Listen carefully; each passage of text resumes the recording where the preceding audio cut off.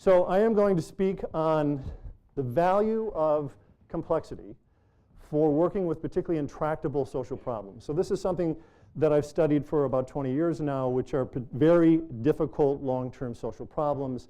These are the kinds of things that wear on and on, sometimes for years, sometimes for decades, generations. They resist everybody's good faith attempt at working them out. And people, even though they get exhausted and fed up and really want to quit, sometimes these problems become bigger than us, and we nevertheless sort of have to suffer through them. So these kinds of problems happen in family feuds. So I know many of you here, and I know your families, and I know they've happened to you, and they've happened to me. My children are here, they can attest to this, that there are these dynamics that happen that just start to take on a life of their own. So they can happen at that level. They can certainly happen between political parties, red voters and blue voters, or as we've seen in Washington, D.C., where politics are more polarized today than they have ever been before in the history of this country, where voting is almost in complete opposition. So those kinds of dynamics that sometimes last, in that case, 30 or 40 years, chronic patterns of urban violence or pockets of extreme poverty, which again just resist all of our best laid plans to address them, or protracted wars such as Israel-Palestine, Sudan, Syria now. So these are all intractable problems. And there's something that Karl Popper, who was one of the last century's best science philosophers, called cloud problems. He said that the world can be sort of separated into two types of problems. You have clock problems and you have cloud problems. Clock problems are those that you can kind of take apart and look at pieces of them and understand where the kind of problem is in a piece, and then sort of put things back together. And that's one type of problem that we face in science and practice. But cloud problems are different. They have a different kind of logic. The cloud problems are those kinds of living, acting things that have many pieces that are affecting each other in weird ways, and they somehow come together and create a pattern which cannot be taken apart. We can't understand them by their pieces. We have to somehow understand them as a whole. And so for those problems, this is what I want to speak to. In my 10 minutes of fame here, I want to talk about the importance of making them more complex, or understanding of them much more complex, in order to address them. So the case I'll talk about is our neighbors. 2 blocks in this direction is Harlem, which, as you know, since the turn of the last century has been the epicenter of African American culture and business, and has been a oftentimes thriving residential community. In the 20s and 30s, there was something called the Harlem Renaissance, which was this great time of new art and new music coming from Harlem. So it's an extraordinary neighborhood, great restaurants. But in the 1970s, it had hit a serious decline. And about 2/3 of the population at the time were living below the poverty line. Crime was on the rise in all of New York City. So violent crime had spiked from the early 60s up until 1990, robbery, aggravated assault, and it was nowhere worse than it was in Harlem. And at this time, you see more and more men of color, black men, 1 in 3 in prison, Latino, 1 in 6. So you see this accumulating approach to incarceration of young black men, and this startling trend of more and more youth held in adult prisons and jails, which again, here you see a trend from about 85 to 97, but this trend, again, started at about that time. So this is the context of Harlem 1970, 1980, where this young man, a guy named Jeffrey Canada, comes up. He's born in the South Bronx. He's born to a single mother. She works menial jobs, sometimes relies on welfare to get by. And Jeff is something of a self-described punk. Hangs out with the boys, drinks, gets in some fights, smokes some weed, has a good time on the streets, carries a knife, and experiences that his neighborhood becomes more and more dangerous and more violent as drugs and gangs and more weapons come into the neighborhood. And so he experiences this change over time but somehow manages to stay in school, gets a scholarship to a good college, then goes on to Harvard Graduate School, and focuses a lot of his energy on his taekwondo and earns a third-degree black belt. And so about this time, he's particularly interested in coming back to Harlem and helping what he calls my kids, kids like him, kids that were born without privilege, with few opportunities, who are really on that tipping point of falling off and dying at early ages or making it. So he really comes back with energy to help those kids. So in about 1990, Jeff becomes the president of the Reedland Centers for Children and Family Services in Harlem. And his objective here is again, to help these kids, and particularly to help young black men survive, right? Because at this point, the statistics were alarming. They were either going to jail or dying at early ages. And he really wanted to focus his energy on that population. And so one of the things he did, which is this very creative, sort of brilliant strategy, was to create a program which combined conflict resolution and martial arts, the sort of discipline and strength and security that comes from martial arts, with sort of strategies for negotiation, and to train these young men so that they can navigate their environment better. He runs this program for 2 or 3 years, ideally feels very positive about it, and then ultimately believe that it fails, right? That it really doesn't have the kind of impact he wanted it to have, that focusing on the kids and helping them was insufficient to changing this pattern, this intractable pattern of violence and poverty that the kids were living in. So he really had to, at that point, stop, back up, and radically reevaluate how he thought about this change process that he had embarked on, and to try to understand the broader system in which he worked.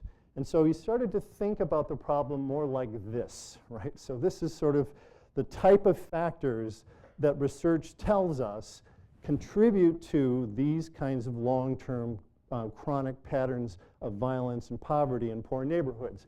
Everything from macro poverty issues and insufficient access to health care and nutrition, the fact that you're all night long in an emergency room with your siblings because that's where you used to get medical care, and so you're not sleeping at night, and the fact that children that are exposed to lead paint early on have much poorer impulse control. So when people get in their face, they're much likely to strike out, be identified as violent and a bully, and that starts a process. So all of these things in this cloud of factors work together to create the patterns of violence. And what Jeff started to realize is that helping these kids and giving them training in conflict resolution and martial arts was a drop in the bucket. It was insufficient to trying to think about a problem like this that is truly a cloud problem, right? So it's with that kind of more complexification of his understanding, more nuance of his understanding of the situation, that he backed up and created what he called, at that point, the Harlem Children's Zone.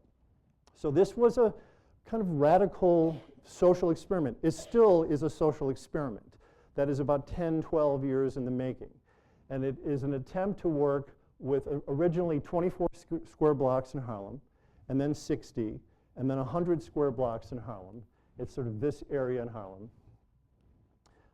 where he is attempting to understand the patterns of violence and poverty and conflict that's multi-causal, and then with that kind of understanding, focus in and do something different. And so what they do in the zone is they focus on the ones and the twos. So in New York City, when your child is ready to go to school, they test the kids, and they give them reading tests and school readiness tests. And you can score a 1, 2, 3, or 4s. And the 3 or 4s usually make it. They usually do okay. They have enough support to make it through at least most of school. But the 1s and 2s don't. The 1s and 2s have a much harder time. They get sucked into, they drop out, they get sucked into gangs, they get sucked into problems. And so it's really the focus on the 1s and 2s that Jeff wanted to begin to work with this theory of change. He believed that if in Harlem he could help the most at-risk kids and help them really from birth through college at this point, sort of supporting them all the way through graduation in high school and then with some support through college, that would float the community, that would change this kind of radical pattern and in a way addressing everything. So what they do is they provide these kids and other kids in the zone with education, social, and medical services combined. And they do it as only community activists can do it. They're tenacious. They triage each kid. They understand the kid. They understand the family dynamics. And they give that family what they need to get the kid into school, to survive, to thrive, and to make it to college and move on. And so the theory of change he has is complex, and the services they offer are complex, but it's also focused on the most vulnerable kids, right? And so the outcomes have been pretty promising. This is Promise Academy, which is their charter school that they've opened several years ago. They're in all of the public schools within the zone as well, offering support to parents and principals and teachers there. And the outcomes thus far have been very promising. 100% of the kids in the preschool are ready for school once they enter the school system. The Promise Academy has been rated 99th percentile in city high schools. All of the kids last year in their program went on to post-secondary school, and over 4,000 parents have been trained in their baby college, which is sort of a parenting school. And the scores have been great. The change has been radical from the beginning of this to today. It's not perhaps coincidence that violence has also decreased radically in Harlem and in New York City since then. Now, I'm not suggesting that what Jeff did in Harlem and what the zone has done has changed the pattern of violence in New York City, because this pattern is seen elsewhere. It's been particularly stark or dramatic in New York City, the decline in violence, but it is multi-causal. And certainly the pattern of crime in Harlem to some degree continues and shows some spikes. But overall, the trends have been extremely promising. The local trends on the kids themselves and then the trends around crime and violence have been extremely promising. Now, what's most important for tonight's talk is not necessarily the zone and this approach, because it's not without criticism. Jeff and his approach has angered the unions to some degree because he requires things of teachers and staff that unions are not comfortable with. There have been problems, and it's a very expensive program. It takes a lot of money to give these kids the kinds of support they need to make it all the way out. And it's a long-term program. They say themselves that it's an experiment, and the trends are promising, and the benchmarks they've hit are very promising, but they don't know for sure whether it will have the kind of communal impact that they hope it will have. But it is an illustration of a principle, of an idea, that when we enter into trying to understand and deal with complex, difficult, multiply determined problems, that we really need to back up. We need to resist the temptation to go in and do what we think we've seen work elsewhere, or we've been trained to do and understand a certain thing, and to go for quick wins. And we really need to have a more nuanced understanding of what the problems are, what are existing programs that are there, and given that more nuanced understanding, maybe we go in, as Jeff did, in a different way. And this is what we do in conflict analysis these days, is when we face a conflict and we see that there are certain issues that have arisen and that seem to be kind of feeding each other, what we recommend is that people back up and understand the context of forces, the constellation of factors that are affecting those patterns. And with this kind of understanding, then perhaps you go in and work in a different way than you would have initially with whatever presented itself. So this is affecting how we approach conflict analysis and work, how we think about sustainable peace.